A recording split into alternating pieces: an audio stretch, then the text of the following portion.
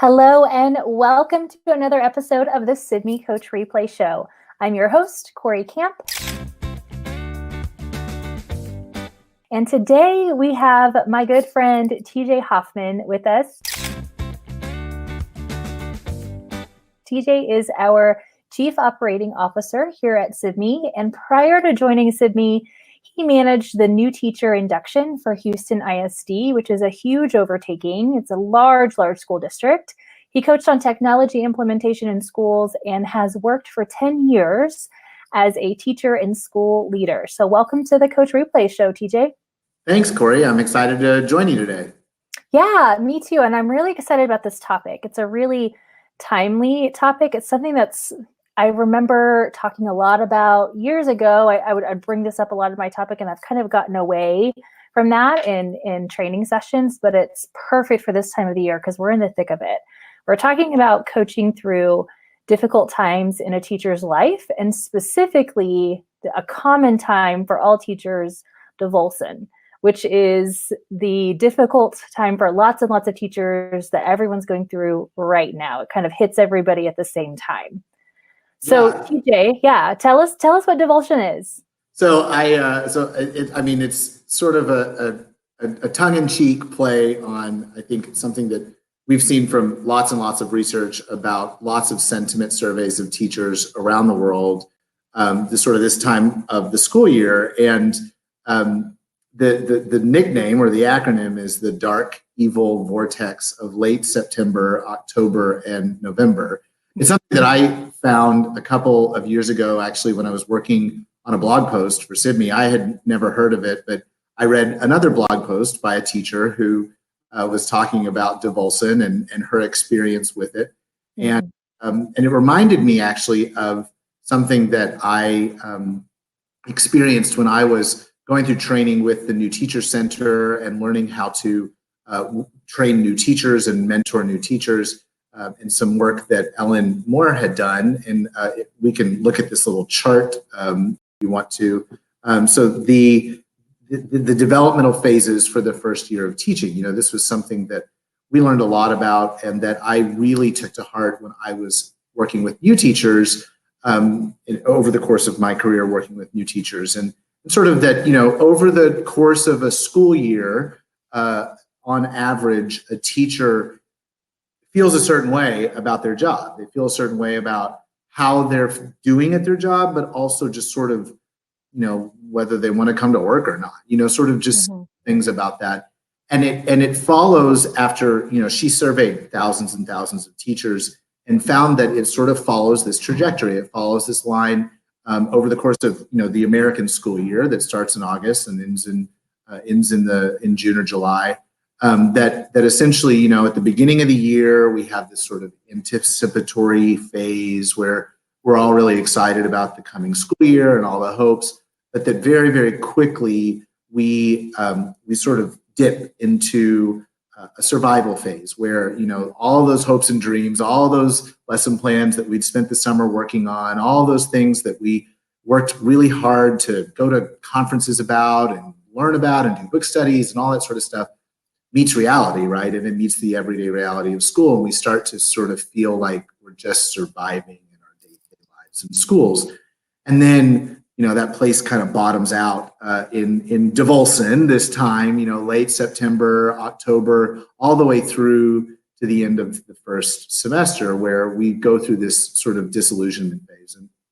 And as I was working on this blog post, which, by the way, I can't find on our blog, so if anybody's watching this and you find the blog post and post it in the comments for this, we'll send you a prize. Because remember what that blog post. Yeah, help us find our own stuff. That'd be great. But it really made me think about, well, this isn't really just a phenomenon for new teachers. This is a phenomenon for lots of teachers in a lot of different contexts.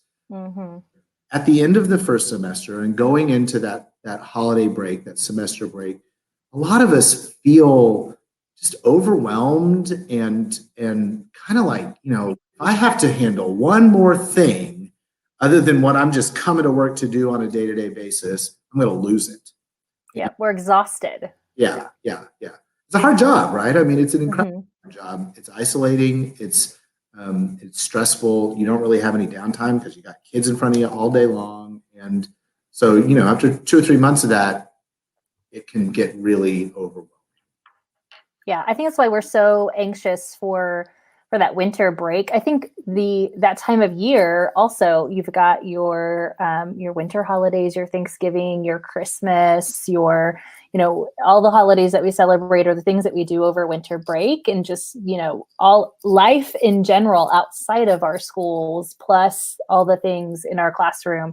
That survival period was me realizing that I did not have as much time as I thought I did between the start of school and starting to get to know my students and parent conferences, which started in October. Like, that's really when I started feeling like, okay, my hair's a little bit on fire and I'm just surviving. So here's the big question, TJ. How do we coach or adapt our coaching to working with teachers during this period, recognizing that this is a common period? So it's definitely something that we should probably do a temperature check on with our staff and kind of see where everybody is. And I bet we're going to be seeing that this is truly the case on a lot of our campuses for a lot of our teachers. So how do we adapt with that? And I know that's what you wanted to talk with us about today. Yeah, no, I mean, I think that there are some important things to think about. And I think that some of them are common sort of, common beliefs about what it means to be a good coach in general, but become really important, especially during these stressful times. I have heard hundreds of times talking to lots and lots of coaches around the country that, one of the most important parts about being a good coach is to have a good relationship with the person that you're coaching, and that's an incredibly important thing. So, I couldn't agree with that more. And I think that that's incredibly important. I think that sometimes we gloss over what it really means to have a relationship with someone, and that, there are times when it's really easy to have a relationship with a colleague, with a teacher that you're working for or working with. And then there are times when it's not as easy. And I think especially when you're not really super close to somebody and they are going through a tough time. And let's be honest, the coach is experiencing DEVOLSON too, like everybody's out. Those relationships can be really, really hard to manage and really difficult to balance. And so, I think of this not as necessarily a challenge as much as it's an opportunity to sort of go back to basics. And one of those basics that I think is something that we all instinctively know as teachers, but that we don't always apply to adult relationships, is this concept of the ratio of interactions. And, there's been a lot of conversation about, what's the appropriate ratio of positive to corrective student relation or student interactions? How many pieces of do I have to give for every corrective action that I have with a kid, right? Lots of conversations about that. Right. I think that we have a tendency to think that somehow that concept goes away when we start dealing with adult relationships. And I think that's silly. I think that's crazy. If you're mean to me all the time, I'm not going to want to, learn with you. I'm not going to deal with, your constant onslaught of telling me the things that I need to do better. And so this is an opportunity to do some things to really build up what my mentor, Jean Duffy, who is the greatest mentor of all time, and I've literally testified before the Texas State Legislature about how great she is. Way to go, Jean. One of the important things that she taught me was that you have to think about the ratio of interactions not as a mathematical equation, but as a bank account. And so what that means is, a bank account you put deposits into and you make withdrawals out of. And those deposits are positive interactions, and those withdrawals are negative interactions or corrective interactions, not necessarily negative, but something that the person with whom you have that relationship is going to perceive to be somewhat uncomfortable or negative or something like that. Right. She is the example. Jean always used the example of her grandchild, who, she said one time she was doing something with her grandkids, and Jean was sort of a notoriously tough teacher. She taught she taught remedial algebra 1 at the school where I taught. And, I mean, she was stern, to say the least. And, but, she talked about her relationship with her grandkid and how, she and her grandkid loved each other and they have a good relationship and they spent a lot of time together and all this sort of stuff. But that one time she had to get on to this kid and, and sort of give some redirection and something. And she wasn't nice about it. She sort of put on Miss Duffy, the mean to do it. And she said, how do you think my grandkid perceived it? And, the sort of thing was like, oh, well, you're her grandma, and all this sort of stuff. She said, no, it's all kids are the same. And I think this is true for all people. All people are the same. If your bank account has a nice, healthy balance in it, you can make any kind of withdrawal from it, and it's going to be okay.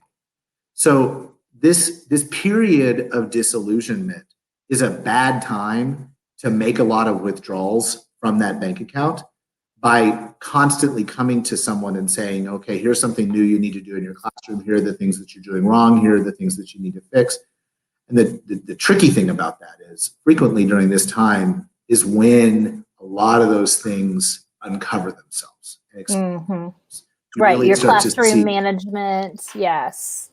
Yeah, things fall apart, right?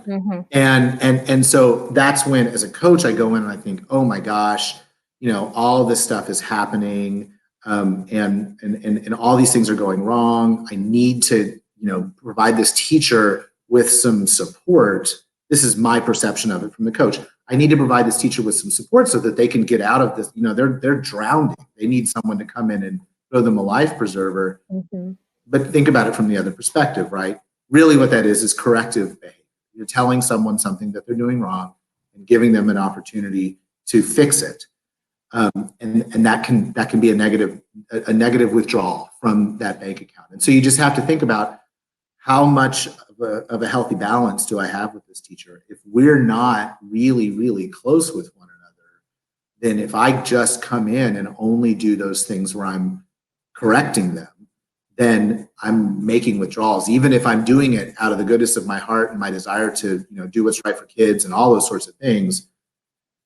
Me telling you to do something and you not doing anything different doesn't do any good. Right. I mean, that's pointless.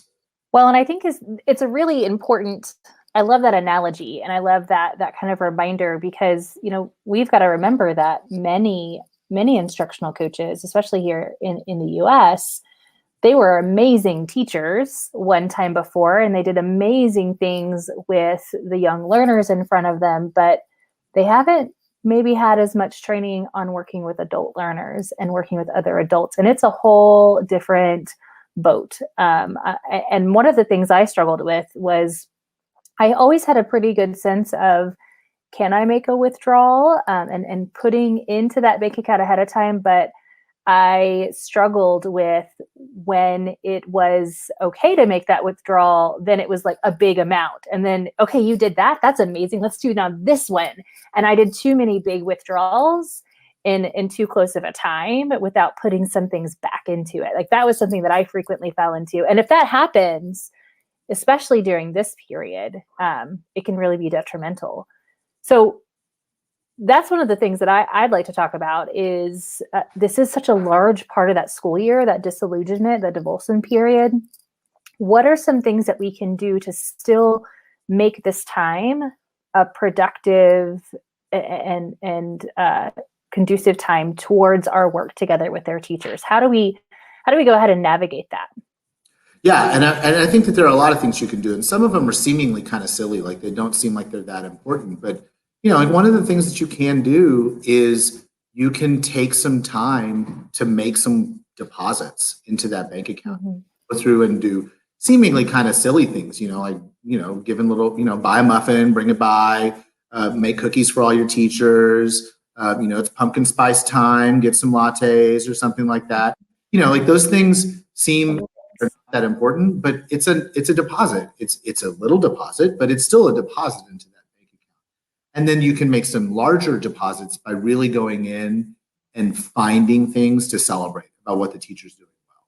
And I mean, sometimes that's hard, right? Like sometimes the thing that is to celebrate is you showed up to work today. And that's, that may be the thing that you did well. but really just strengthening that that balance in that relationship. Mm-hmm. You know, the other thing that I often think about, I was when I was in undergrad, you know, working on sort of those foundational education courses, I loved Maslow. Like, I was a really big fan of that. And anybody who's taken the new teacher induction course at the Sibme Learning Center knows that I spend a ton of time talking about Maslow and the new teacher. But, you know, like focusing on some of those foundational things that if you don't have those, you can't learn, right? So do I feel safe? Do I feel comfortable? Do I feel a sense of social belonging? Do I feel, do I have my basic needs met? That sort of stuff. You know, this is the time when teachers are skipping lunch. They're not doing those sorts of things. So, I mean, you can do a lot of good by saying, hey, let me cover your class for the next, 20 minutes or something like that. Or can I help you, make copies or something like that? Those sort of like things that don't feel like coaching are real in that relationship. But then the big picture is, find those things that they're doing well in the classroom so that you can celebrate them, those low-hanging fruit, or find a goal that's really small and really achievable and can be achieved in a week, and saying, okay, we're going to work to this, and then by Friday you're going to have hit that goal, and it's got to be something that you are 100% confident that the teacher could do. Don't say we're going to work on wait time, that just because that seems like an easy thing to you, if you don't think that teacher is really going to be able to accomplish it in a very short amount of time. Because if they can reach the goal in 3-5 days, then you're great. Mm-hmm. Some things that you can sort of think about, like I think about the Willie Nelson song, right? You got to know when to hold them and know when to fold them. You got to know when to think about, okay, this is something that we're going to look at right now. This is something that we're going to focus on right now in an actual pedagogical or curricular context. And we can do this now. Like, we can accomplish this now. But you're going to have to be the biggest cheerleader on the face of the earth, because the person who's disillusioned is not going to feel that way. And then, you may even have a teacher come to you and say, I'm having so much classroom management struggle with my 6th period class. Can you please come in and help me? And you might find some things that need to be taken care of, that should be taken care of, but that you just know it's going to take a lot of too big lift. Say, let's save that for February. Let's focus on the things that can immediately address some of the problems now, but otherwise you're just going to need to sort of sit back, fold the cards, and wait until the future, so that you write it out a little bit. Yeah. And this is another big opportunity. Here's my big plug for Sibme, right? Record video of people, like capture that gold now that you can look back at in the spring semester or going into the summer months, or even the teacher can review over the summer when they're rested and they're feeling good. I remember looking back on video of myself in the classroom during this time period and just kind of, when you're in a healthy emotional state, kind of giggling about it and like, oh my gosh, what a crazy mistake. I would never have done that had I watched that video the day after I filmed it. So there's that old adage, comedy is tragedy plus time. Put some time between when the video gets filmed and when we review it.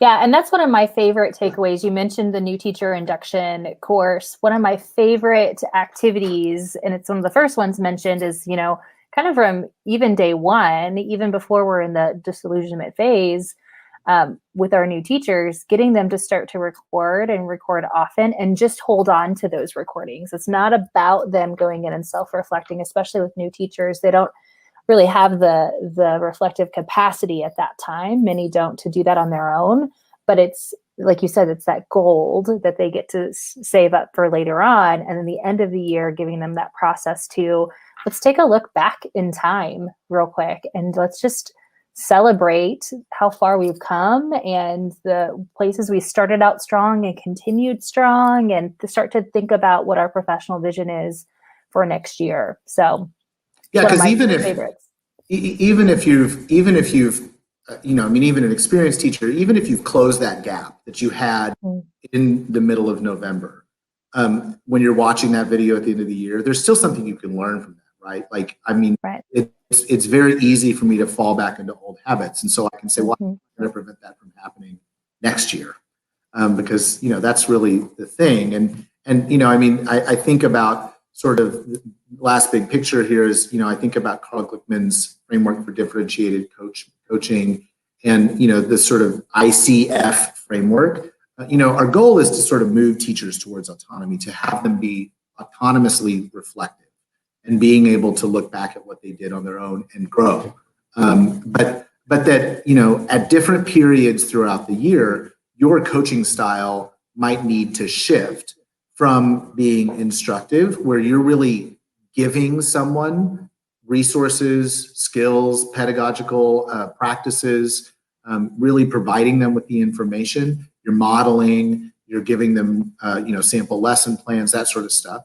At other times, you need to be collaborative with them. You need to sort of sit down side by side and maybe co-plan a lesson, or find ways to really give that teacher, that coached teacher, more voice. And then, ultimately the goal is to be facilitative, to be able to say, my role as the coach is really to just facilitate your own planning and development. And all I'm doing is asking questions like a therapist, right?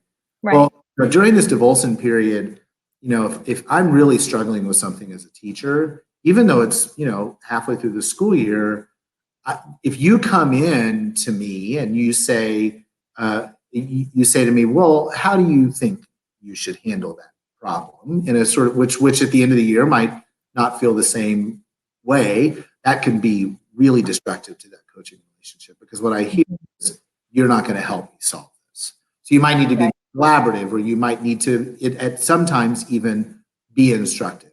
I'm sort of personally, philosophically, the sort of person who thinks that being instructive as a coach should always be reserved for a very small list of scenarios.